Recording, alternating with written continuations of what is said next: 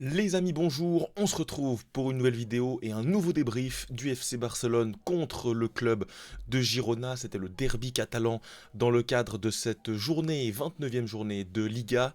Il fallait gagner pour répondre au Real Madrid qui a gagné dans la difficulté hier soir. Donc c'est très, très important, les 3 points, ça a été chose faite. On va revenir dessus, on va analyser cette performance des Catalans et on va dire 2 3 choses de la compo. Juste avant ça, les amis, merci à tous ceux qui prendront 2 secondes pour vous abonner, pour liker, pour commenter, me donner vos avis dans les commentaires. Et on est tout de suite parti pour regarder la compo de départ de cette équipe du FC Barcelone avec une compo remaniée, mais qui n'était pas non plus totalement bis, parce qu'on avait quand même 2 3 éléments cadres, notamment Koundé, Pedri, Lamine Yamal et Robert Lewandowski qui étaient titulaires. Chesney, Martinez et Gérard Martin est venu suppléer Baldé. Eric Garcia était au centre. On a eu les infos comme quoi Frenkie de Jong a eu une petite gêne. Donc c'était Eric Garcia qui est venu au milieu de terrain. Fermin Lopez en 10, Gavi à gauche, ça c'est la nouvelle formule récente, c'est de mettre Gavi sur l'aile gauche. Bon bah ça a payé sur les 2 derniers matchs, c'est parfait. Lewandowski et Lamine Yamal à droite. Lamine Yamal toujours pas au repos alors que Rafinha était sur la feuille de match. Il était ici, Flick n'a pas choisi de le titulariser et même pas de le faire rentrer. Peut-être qu'il essaye de le garder à 100% réellement pour le match de mercredi face à l'Atlético Madrid. En tout cas, moi, Lamine Yamal qui enchaîne les minutes, de l'extérieur, ça m'inquiète un peu. Maintenant, peut-être que Lamine Yamal arrive à gérer son temps de jeu. On sait qu'il n'est pas tout le temps à 100% des courses, il n'est pas tout le temps très très actif. Peut-être qu'il arrive à gérer ses minutes de la sorte. En tout cas, moi à chaque fois ça me fait un petit peu peur quand je vois cette composition d'équipe avec du Pedri, Koundé qui enchaîne depuis 2023, il n'a pas loupé un match. Je me dis bon, est-ce que réellement, parce que quel discours on aurait s'il y avait eu une blessure grave, notamment Pedri, on aurait eu un discours différent. Donc moi j'essaye de faire attention quand même à ces joueurs-là, je les ferai un petit peu plus tourner pour Hansi Flick. Au niveau des statistiques, clairement il n'y a pas eu photo. J'ai envie de dire comme souvent avec ce Barça, surtout à domicile avec 21 tirs à 4. Franchement c'est quasiment le même match que jeudi contre Osasuna. Une nette domination dans le jeu, dans les occasions. Une première mi-temps qui était très très compliquée. Il y a eu quelques occasions avec un arbitrage vraiment vraiment délicat. Un penalty pas sifflé sur Fermin Lopez. Est-ce que c'est penalty ou coup franc? Je suis ouvert au débat, ça peut être coup franc. Et là, il siffle rien du tout, il siffle simulation. Enfin, j'ai rien compris. Il y a peut-être aussi également un penalty sur Lamine Yamal, un contact épaule contre tête. Et puis finalement, 0-0, ça commence un peu à s'éterniser. Le match, ils sont un peu le roussi. Il y a 2 3 occasions ratées de Lewandowski. Il y a une grosse parade de Gazaniga sur corner et la tête de Ronald Araujo. À ce moment-là, je me dis, on se dirige vers un match bourbier. Malgré tout, t'as un Lamine Yamal qui est performant, t'as un Pedri qui est performant. Et finalement, tu as ce coup franc sur cette belle action entre Fermin Lopez et Lamine Yamal qui débouche sur ce coup franc qui va être marqué contre son camp par un joueur de Girona. Ça fait 1-0 juste avant la mi-temps. But très très important parce que tu te dis que tu arrives à la mi-temps avec 1-0. C'est un score qui est quand même récompensé parce que sur la première mi-temps, franchement, il ne voit pas le jour. 10 tirs à 2, 0 tir cadré pour Girona. Chesney n'a rien eu à faire. Par contre, tu te fais surprendre en début de seconde mi-temps avec ce 1 partout de Danjuma. Sur un but un peu venu de nulle part, un ballon en profondeur dans le dos de Ronald Araujo. Danjuma qui termine très bien le travail face à Chesney. Et là, de nouveau, moi, j'ai envie de dire que Araujo, je suis pas 100% serein quand il est titulaire, que ce soit avec ballon, même sans ballon. Franchement, je suis pas non plus le plus grand fan de Ronald Araujo.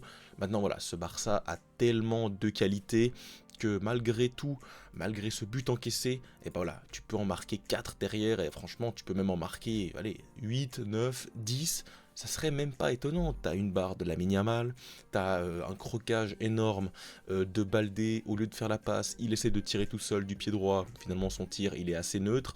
T'as beaucoup, beaucoup d'occasions, des actions de Gérard Martin qui aurait pu mieux faire.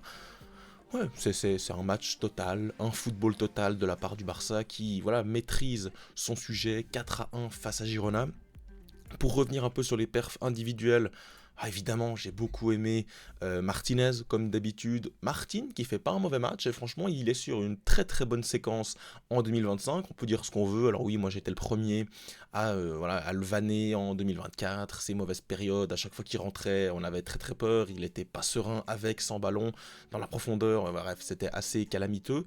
Malgré tout, il arrive à être un joueur plutôt correct de cette équipe en 2025. C'est un joueur, bah voilà, tu peux compter sur lui pour jouer 90 minutes face à Girona à domicile sans trop de problèmes. Il va même t'apporter offensivement. Il a apporté une passe décisive. Il aurait pu même mieux faire encore.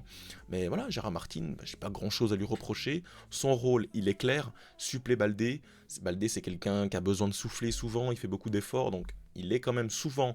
Je pense qu'il a quand même un beau temps de jeu, hein, Gérard Martin. Et quand il est là, il faut qu'il fasse le taf dans une équipe comme le Barça. Pour l'instant, c'est chose faite. Donc, grand bravo à Gérard Martin pour sa performance. Alors, au Martinez, il n'y a pas eu grand chose à faire. Tu t'es fait déborder une ou deux fois par Asprilla et Danjuma. T'as pris un but, c'est quelque chose qui arrive. Malgré tout, Martinez très solide. Chesney, aucune défaite en 2025, aucune défaite au Barça, ça ne change pas. Koundé très solide défensivement, il a eu beaucoup de choses à faire. Offensivement, il peut encore améliorer deux trois choses, notamment au niveau des centres. J'ai trouvé que ses centres n'étaient pas tout le temps voilà, précis. Malgré tout, un très bon match défensif. Asprilla a été franchement dans sa poche. Il n'y a pas eu trop de difficultés à ce niveau-là. Un milieu de terrain, Eric Garcia, Pedri. Eric Garcia qui s'impose comme un très très bon joueur de cette équipe, comme le 14e, 15e choix. Franchement, très très fiable, un joueur très fiable. Il a fait des rentrées importantes face à Benfica, dans des matchs importants en Liga. Il est même titulaire ce soir. Donc, ouais, Eric Garcia, tu peux lui faire confiance. Tu peux lui donner du temps de jeu en défense centrale, au milieu de terrain. C'est un jeune joueur qui progresse bien. Et à côté d'un joueur comme Pedri et comme Fermin Lopez un petit peu plus haut, voilà, il a ses choses à faire. Il doit ratisser, il doit presser, il doit transmettre à Pedri, à Lamine Yamal. Et franchement, ça a été très bien fait tout au long de la rencontre. Fermin Lopez, que j'ai trouvé plutôt bon. Vous savez, ma take sur Fermin Lopez, je trouve que c'est pas un joueur très très constant. Moi, j'ai du mal à vraiment le voir titulaire au Barça. Malgré tout, il fait quand même un bon match. Techniquement, dans les petits espaces, face à ce bloc très resserré.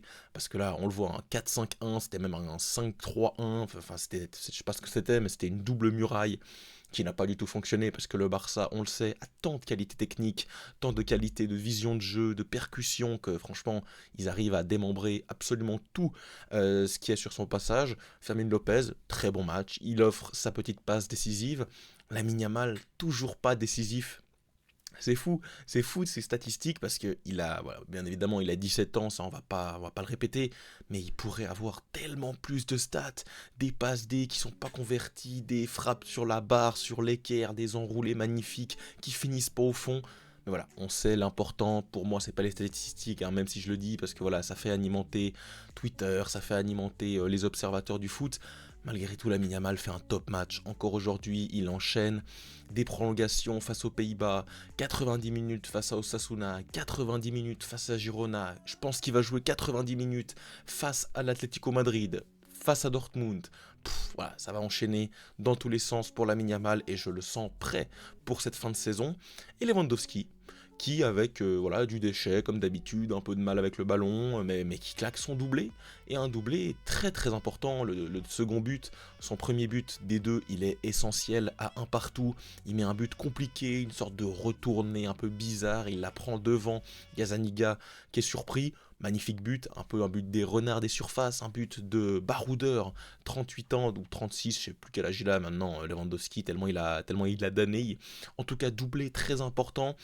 Et j'ai quand même envie de parler des rentrants, notamment non deux, les deux qui sont inclus dans ces statistiques-là. Frenkie de Jong qui a été énorme, qui revient à un niveau sensationnel.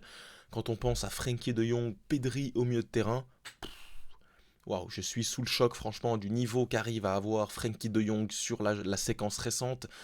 Il a un niveau monstrueux. Sur le but, c'est lui qui fait tout.